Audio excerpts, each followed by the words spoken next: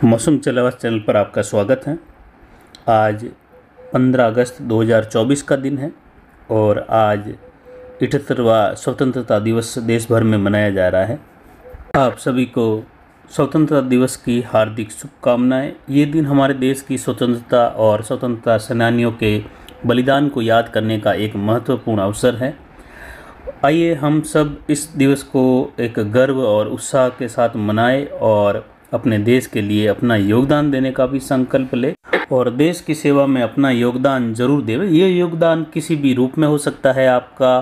तो इसमें अगर कोई ये जानना चाहे कि किस प्रकार से जो है हम गांव में बैठे लोग भी जो है देश को किस तरीके से जो है सहयोग कर सकते हैं, तो आप 15 अगस्त के दिन हर साल 10 पौधे लगाकर उनकी देखभाल करें, उनको बड़ा करें। ये भी एक देश सेवा है और आने वाले जो क्लाइमेट चेंज की स्थितियां हैं उसको स्थिर बनाए रखने के लिए ये काफ़ी महत्वपूर्ण योगदान आपका देश की सेवा के लिए भी रहेगा, आने वाली पीढ़ियों के लिए भी रहेगा। तो एक प्रकार से ये भी कार्य आप कर सकते हैं। हालांकि बाकी तो देश की सेवा कई तरीक़ों से की जा सकती है। फिलहाल बात करते हैं मौसम की। यहाँ पर देखें तो जो मौसमी परिस्थितियाँ हैं कुछ इस प्रकार बनी हुई हैं।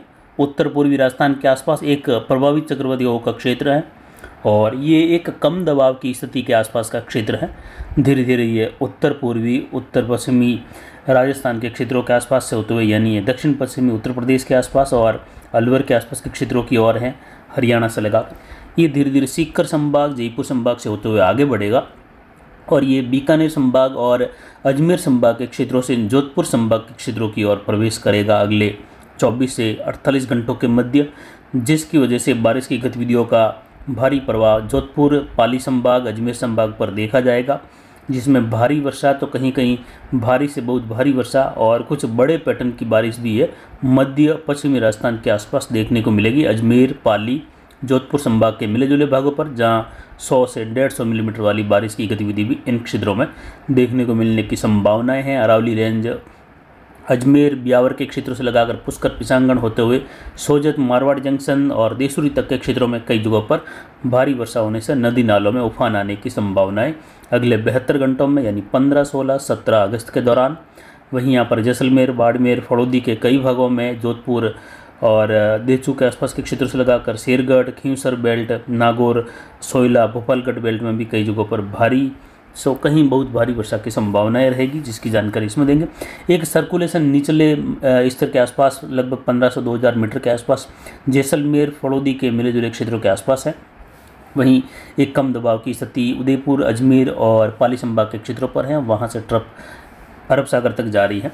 आने वाले दिनों में अरब सागर में बनने वाला सिस्टम उत्तर पश्चिम की ओर बढ़ते हुए उत्तर की ओर बढ़कर इसके ज़्यादा संभावनाएँ अगर देखें 4 जगहों पर जाने की उम्मीद है, ओमान की ओर और वहीं 3 संभावनाएं भारत के क्षेत्रों के आसपास की ओर। तो उसमें भी अगर देखें तो सबसे ज़्यादा संभावना कि ये गुजरात के दक्षिण पश्चिम के आसपास, उत्तर पश्चिमी महाराष्ट्र के क्षेत्रों के आसपास से होते हुए राजस्थान के दक्षिण पश्चिम दक्षिणी इलाकों के आसपास यानी उदयपुर संभाग के क्षेत्रों की ओर बढ़ने की संभावनाएं फिलहाल इन 4 दिशाओं में या 4 जगहों में से सबसे अधिक दर्ज की जा रही हैं। तो उम्मीद है कि आने वाले दिनों में अगले 10 से 12 दिनों के मध्य उदयपुर संभाग के क्षेत्रों में भारी से अति भारी या अत्यंत भारी बारिश की गतिविधियां देखने को मिल जाए।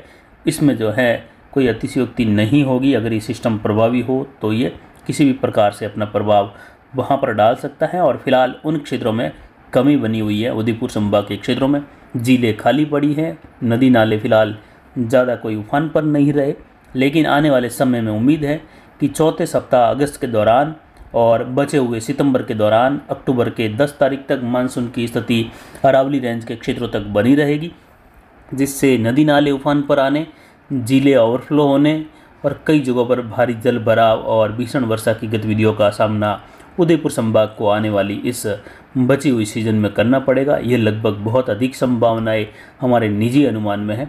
आने वाली ये सीज़न बारिश को लेकर देखें तो आंकड़े जो हैं सामान्य से अधिक ही रहेंगे। राजस्थान के लगभग जो है 90% से अधिक इलाकों में सामान्य से काफ़ी अधिक आंकड़े दर्ज किए जाएंगे।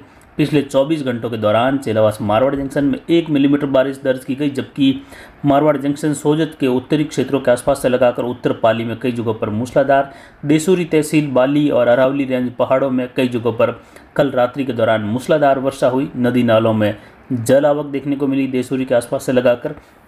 तो अगले 24 घंटों के दौरान भी पाली संभाग के क्षेत्रों में भारी वर्षा की गतिविधियां होने की संभावना है। अधिकतम तापमान 36.90 डिग्री सेल्सियस रहा, न्यूनतम तापमान 25.97 डिग्री सेल्सियस। अधिकतम आर्द्रता 97% के ऊपर रही, न्यूनतम आर्द्रता 64% रही। कुल मिलाकर देखें तो औसत अभी भी यहाँ पर जो है वह 80% के ऊपर बना हुआ है और ये लगभग 1 महीना होने को है जब पाली के क्षेत्रों में जो औसत आर्द्रता है दिन और रात की या 24 घंटों की वह 80% के ऊपर दर्ज की जा रही है और ये अपने आप में एक बड़ी बात है कई सालों बाद। वहीं अधिकतम यहाँ पर जो हवाओं की स्थिति रही वह 7 किलोमीटर उत्तर दिशा से अभी भी हवाएं कम दबाव की वजह से दर्ज की जा रही है। अनेक क्षेत्रों में यह हवाएं दक्षिण पश्चिम में हवाएं हैं। वायु दबाव 1000 मिलीबार के आसपास बना हुआ है। जवई बांध का गेज आज सुबह 24.85 फीट दर्ज किया गया, यानी ये पौने 25 फीट के ऊपर निकल चुका है और आज शाम होते होते ये 25 फीट को क्रॉस कर जाएगा और कल सुबह तक ये 25.15 फीट तक दर्ज किए जाने की संभावनाएं अधिक बनी हुई है। जवई बांध में जल आवक जारी है। सही बांध से आने वाले दिनों के दौरान होने वाली बारिश की गतिविधियां अभी आधी सीजन लगभग निकली है। आज 15 अगस्त है और मारवाड़ क्षेत्र में देखें तो मानसून की स्थिति 1 जुलाई के आसपास से दर्ज की जाती है और 1 जुलाई से लगाकर 15 अगस्त तक 45 दिनों का मानसूनी समय बीता है इन क्षेत्रों में। और इन 45 दिनों के बाद बचे हुए समय की अगर बात करें तो अभी भी जो है 30 सितंबर तक मानसून की स्थिति यहाँ पर अमूमन सामान्यतः बनी रहती है, इसीलिए 45 दिन इस प्रकार बने हुए हैं बाकी बचे हुए। लेकिन इस साल मानसून की वापसी लेट होगी, देरी से होगी, तो अभी भी जो है लगभग यहाँ पर 55 दिन मानसून और बना रहेगा, यानी जितना समय गुजरा है मानसून का उससे अधिक समय अभी भी मानसून का पड़ा है। इसीलिए आने वाली सीजन में बारिश की गतिविधियाँ कई जगहों पर भीषण वर्षा के रूप में होगी और जल भराव, नदी नाले उफान पर आने, साथ ही लूणी नदी का पानी अरब सागर तक पहुंचने की अधिक संभावनाएं हैं। लूणी नदी में बाढ़ की स्थितियों का सामना भी जो है आसपास के क्षेत्रों को या उफान वाला सामना भी लूणी नदी में या उससे सटे हुए क्षेत्रों को करना पड़ेगा बची हुई सीजन में। नागौर क्षेत्र में हुई भारी वर्षा के बाद जोजरी नदी में उफान पर स्थितियाँ बनी हुई हैं और इसका पानी धीरे धीरे आगे बढ़ते हुए लूणी नदी में आकर आखिर में मिलता है। तो बची हुई सीजन के दौरान जोजरी नदी का भी तेज वेग से पानी लूणी नदी में मिलेगा। वहीं पुष्कर पिसांगण बेल्ट, अजमेर बेल्ट का पानी लूणी नदी में पहले से ही आ रहा है और ये धीरे धीरे आगे बढ़ते हुए जसवंत सागर बांध से और आगे बढ़ेगा। आने वाली इस सीज़न में जसवंत सागर बांध के ओवरफ्लो होने की संभावनाएं इस साल 2024 में बहुत ज़्यादा है, यानी ये साल 2024 जसवंत सागर बांध बिलाड़ा क्षेत्र का, जिसको पिचाक बांध भी कहते हैं, इस बांध के ओवरफ्लो होने की संभावनाएं अभी से 90% से ऊपर है, यानी काफ़ी ज़्यादा संभावना है ये बांध ओवरफ्लो होगा इस साल और इसका पानी लूणी नदी में तेज़ वेग और बढ़ाएगा। वहीं लूणी रायपुर बांध का क्षेत्र वह भी जो है इस साल भरने के साथ ही ओवरफ्लो होने की अधिक संभावना है, जिसकी वजह से लूणी नदी में और तेज़ प्रवाह बढ़ेगा। पाली के मारवाड़ जंक्शन सोजत की नदियाँ जो लूणी नदी में जाकर मिलती है, साथ ही देसूरी से लगाकर मारवाड़ जंक्शन के मध्य वाली नदियाँ जो हेमावास बांध में जाकर मिलती है और हेमावास बांध ओवरफ्लो होता है तो लूणी नदी में पानी मिलता है। वहीं फुलाद बांध जो ओवरफ्लो चल रहा है पिछले 1 सप्ताह से, उसका पानी अब होने वाली भारी वर्षा के साथ उफान पर आएगा। इस नदी में उफान आने की संभावना काफ़ी अधिक है अगले 72 घंटों के दौरान। ये पानी भी आगे बढ़ते हुए पाली शहर होते हुए, जिसको बांडी नदी कहते हैं, ये बांडी नदी है, इसका उद्गम स्थान फुलाद मारवाड़ जंक्शन गोरमघाट क्षेत्र से है और ये बांडी नदी मारवाड़ जंक्शन में जिसको सुकड़ी नदी कहते हैं, ये पानी सीधा पाली शहर होते हुए आगे जाकर लूणी में मिलता है जिसको बांडी नदी कहते हैं और इसके साथ पानी मिल जाता है जब हेमावास बांध ओवरफ्लो होता है। तो कुल मिलाकर देखें तो लूणी में भारी प्रवाह की संभावना सितंबर के दौरान है। लूणी के आसपास सटे हुए क्षेत्रों में आने वाली इस सीज़न के दौरान भारी उफान देखने को मिल सकता है। उनको काफ़ी समस्याएं हो सकती हैं जल भराव की या कई जगहों पर खेतों में पानी फैलने की या लूणी नदी की जो सीमाएं हैं उसको पार कर जाने की उम्मीद ज़्यादा रहेगी पानी की। इसकी जानकारी आने वाली सीज़न में देते रहेंगे। फिलहाल मौसम की बात करें तो अगले 24 घंटों के दौरान बारिश की गतिविधियां जोधपुर संभाग, अजमेर और पाली संभाग में प्रभावी होने लगेगी काफ़ी अधिक। हालांकि पिछले 48 घंटों से कई जगहों पर खंड वर्षा में प्रभावी गतिविधियां भारी वर्षा के रूप में भी हुई हैं। बाड़मेर, जालोर से लगाकर और इसके अलावा पाली के दक्षिण मध्य इलाके हैं, उत्तरी इलाके हैं, बाड़मेर, फड़ौदी क्षेत्र, बालोतरा, इसके अलावा जोधपुर, जैसलमेर से लगाकर मिले जुले क्षेत्र हैं, बीकानेर, नागौर के भी जहाँ भारी वर्षा हुई।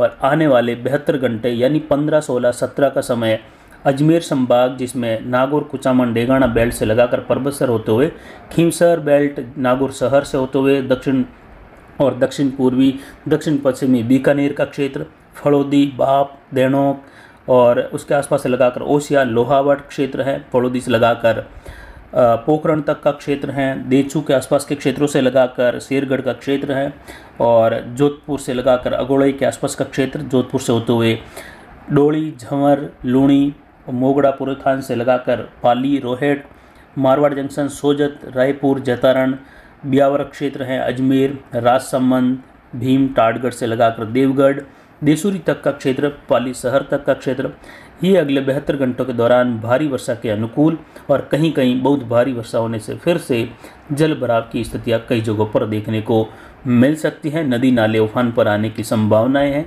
वहीं यहाँ पर देसूरी से लगाकर दक्षिण की ओर बढ़े तो यहाँ पर बाली, फालना, सुमेरपुर, जवई बांध कैचमेंट एरिया में भी इस दौरान भारी वर्षा होने की संभावना है। जबकि उत्तर मध्य पाली में अरावली रेंज, घुरमघाट क्षेत्रों से लगाकर भारी से बहुत भारी वर्षा यानी 125 मिलीमीटर से अधिक बारिश होने से नदी नाले तेज उफान पर आने की संभावना रहेगी।